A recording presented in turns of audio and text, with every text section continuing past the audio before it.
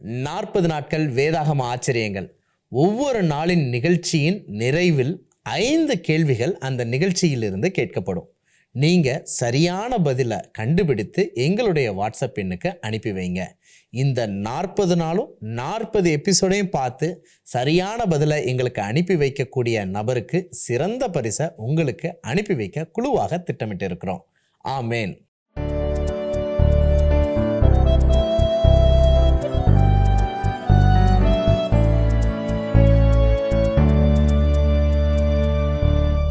கிறிஸ்துவுக்கள் அன்பான தேவ பிள்ளைகளே, இந்த நிகழ்ச்சியை பார்த்து கொண்டிருக்கும் உங்கள் யாவருக்கும் இயேசு கிறிஸ்துவின் ஈடினேட்டர் நாமத்தினாலே எங்களுடைய அன்பின் வாழ்த்துக்களை நாங்கள் தெரிவித்துக் கொள்கிறோம்.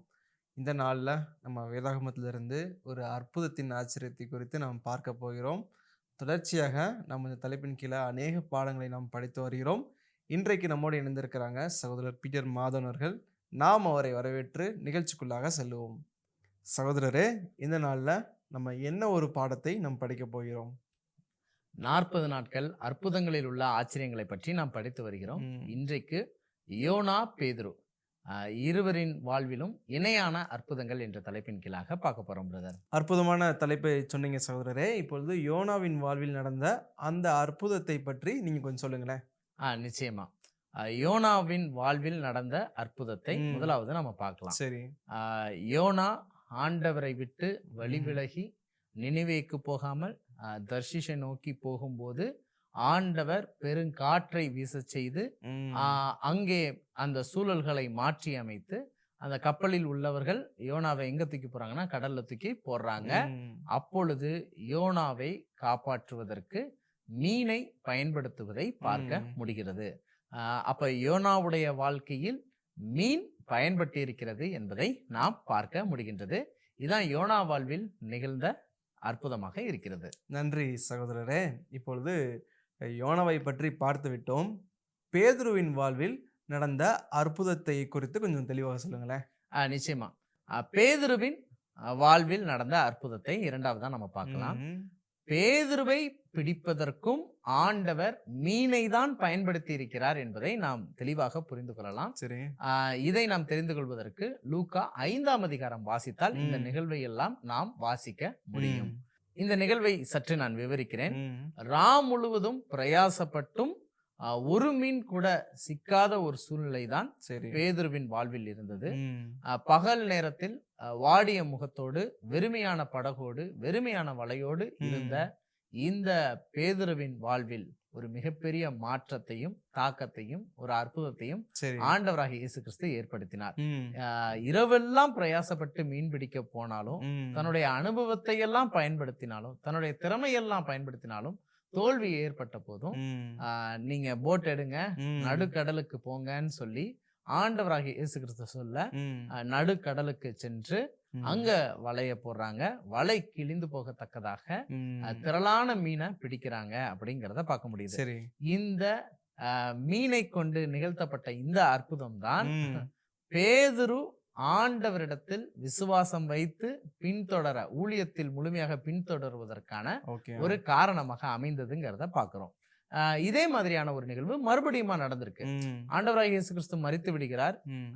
பிற்பாடு 3ஆம் நாள் உயிர் தெழுந்தாலும் கூட இந்த சீஷர்கள், பேதுருவா இருக்கட்டும், யோவானா இருக்கட்டும், யாக்கோபா இருக்கட்டும், இல்ல பேதுருவின் சகோதரன் அந்திரேயாவா இருக்கட்டும், மறுபடியுமாக எங்க போறாங்க அப்படின்னா மீன் பிடிக்கும் வேலைக்கு போறாங்க. இரவெல்லாம் பிரயாசப்படுறாங்க. என்ன கிடைக்கல? ஒரு மீன் கூட கிடைக்கல. வலையும் வெறுமை, படகும் வெறுமை, மனதும் வெறுமை என்று இருக்கிறது. இந்த நேரத்திலும் கூட ஆண்டவர் கரையிலிருந்து அவர்களிடத்தில் வலது பக்கமாக வலையை போட சொல்லுகிறார். வலது பக்கம் வலையை போடுறாங்க. சரி. திரளான மீனை பிடிக்கிறார்கள் என்று நாம் பார்க்கிறோம். சரி. இப்படியாக பேதுருவை பிடிப்பதற்கும் ஆண்டவர் மீனை பயன்படுத்தினார். யோனாவை பிடிப்பதற்கும் ஆண்டவர் மீனை பயன்படுத்தினார் என்பதை பார்க்க முடிகின்றது. நல்ல ஒரு அற்புதத்தின் நிகழ்வை தெளிவாக எடுத்து சொன்னீங்க. இந்த 2 நிகழ்வுகளிலிருந்து நமக்கு என்ன ஒரு ஸ்பிரிச்சுவல் லெசன் இருக்கிறது? இதற்குரிய ஆவிக்குரிய காரியங்களை தெரிந்து கொள்வதற்கு முன்பதாக இந்த யோனாவுக்கும் பேதுருக்கும் இன்னும் சில சிமிலாரிட்டிஸ் இருக்கு. அதை சொல்லணும்னு ஆசைப்படுறேன். கண்டிப்பா. அது என்ன அப்படின்னா, யோனாவை பிடிப்பதற்கு ஆண்டவர் மீனை பயன்படுத்தினாங்கிறது நன்றாக தெரிந்ததுதான். இந்த பேதுருவுடைய ம். தகப்பனின் பெயரும் யோனா என்பதை நாம் ம். புரிந்து கொள்ள வேண்டும். சரி. யோனாவின் குமாரனாகிய சீமோன் பேதுருவே என்று மத்தேயு 16ஆம் அதிகாரம் 17ஆம் வாக்கியத்துல ஆண்டவராகிய இயேசு கிறிஸ்துவை பதிவு செய்வதை பார்க்க முடியுது. ஓகே. அப்ப யோனா வாழ்க்கையிலும் மீன் அனுபவம் இருக்கிறது. ம். யோனாவின் குமாரனாகிய பேதுரு, பேதுருவின் ஆமா. வாழ்க்கையிலும் மீன் அனுபவம் இருப்பதை பார்க்க சரி. முடியுது. இந்த யோனா புறஜாதியாரை போய் சந்திப்பதற்கு ம். யோப்பாவுக்கு போய் நினிவேக்கு கப்பல் ஏற வேண்டியதா இருந்தது. ம். ஆனால் மாறி தர்ஷீஷுக்கு கப்பல் ஏறி ம். போனார் என்று பார்க்கிறோம். ஆனால் இதே பேதுரு யோப்பா என்ற இடத்திலிருந்து புறஜாதியான கொர்நேலியுவை சந்திக்க போனார் என்று சரி. நாம் அப்போஸ்தலர் 10ஆம் அதிகாரத்துல பார்க்கிறோம். ம். 2 பேர் வாழ்க்கையிலையும் புறஜாதிகளை சந்திப்பதற்கான வாய்ப்பு ம். யோப்பா பட்டணத்தில் இருந்ததுங்கிறத பார்க்கிறோம். ஓகே.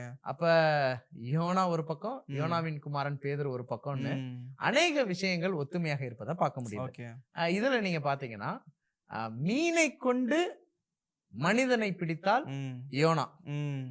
மனிதனை கொண்டு திரளான மீன்களை பிடித்தால் அது பேதுரு. சரி.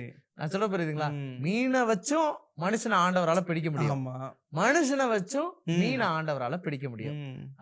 இதுல இருந்து என்ன நம்ம கத்துக்கிறோம் அப்படின்னா, ஆண்டவர் வழி விலகி போகக்கூடிய மனிதனாக இருந்தாலும் சரி, ம். தன் வழியை பிறருக்கு போதிக்க வேண்டும் என்று விரும்பினாலும் சரி, அந்த மனிதனை எப்படினாலும் பிடிக்கக்கூடியவரா இருக்கிறார். சரி. மீனை வச்சு யாரை பிடிச்சா?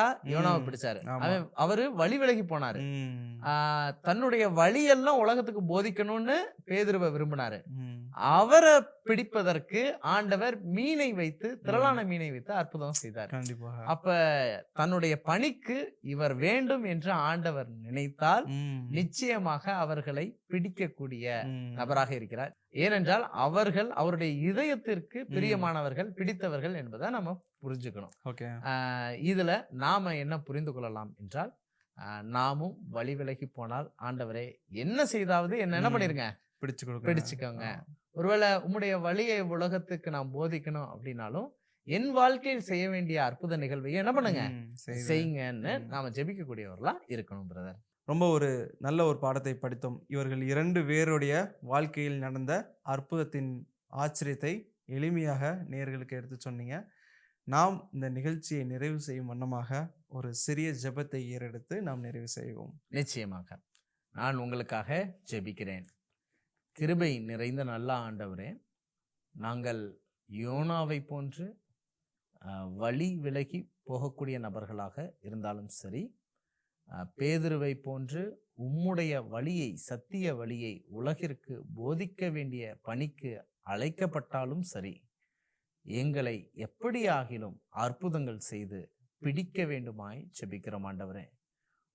நாங்கள் எங்களுடைய வழிகளிலே தவறுதலாய் நாங்கள் சென்றாலும் கூட எங்களை கைவிடாமல் அற்புதம் செய்து மீண்டுமாக உம்முடைய வழிக்கு எங்களை வரவழைக்க வேண்டுமாய் ஜெபிக்கிறோம் ஆண்டவரே. இப்படி எங்கள் வாழ்க்கையில் நீர் எங்களை பிடிக்க என்ன அற்புதங்கள் செய்தாலும் எங்களுக்கு சந்தோஷமும் ஆனந்தமும் ஆண்டவரே. எங்களை கைவிடாமல் எங்களை எப்படியாவது ரட்சிப்பிற்குள்ளாக வழிநடத்த வேண்டுமாயும், பரலோக கானானுக்கு வழிநடத்த வேண்டுமாயும் ஜெபிக்கிறோம். இதனை இயேசுவின் ஈடு இணையற்ற நாமத்தினாலே ஜெபிக்கிறோம். ஜெபங்களும் நல்ல பிதாவே. ஆமேன், ஆமேன். நன்றி சகோதரரே. மீண்டும் ஒரு நிகழ்ச்சியில் சந்திப்போம். நன்றி சகோதரரே. என்ன நேயர்களே, இந்த நிகழ்ச்சி உங்களுக்கு மிகவும் ஒரு நன்மையான ஒரு நிகழ்ச்சியாக இருக்கும்ட்டு நான் கர்த்தருக்குள் விசுவாசிக்கிறேன். இந்த நிகழ்ச்சியை உங்களுடைய நண்பர்களிடத்தில் பகிர்ந்து கொள்ளுங்கள். தேவனுடைய ஆசீர்வாதத்தை இன்னும் அதிகமாய் நீங்கள் பெற்றுக்கொள்ளுங்கள். எங்களோடு இணைந்திருங்க. மீண்டும் ஒரு நிகழ்ச்சியில்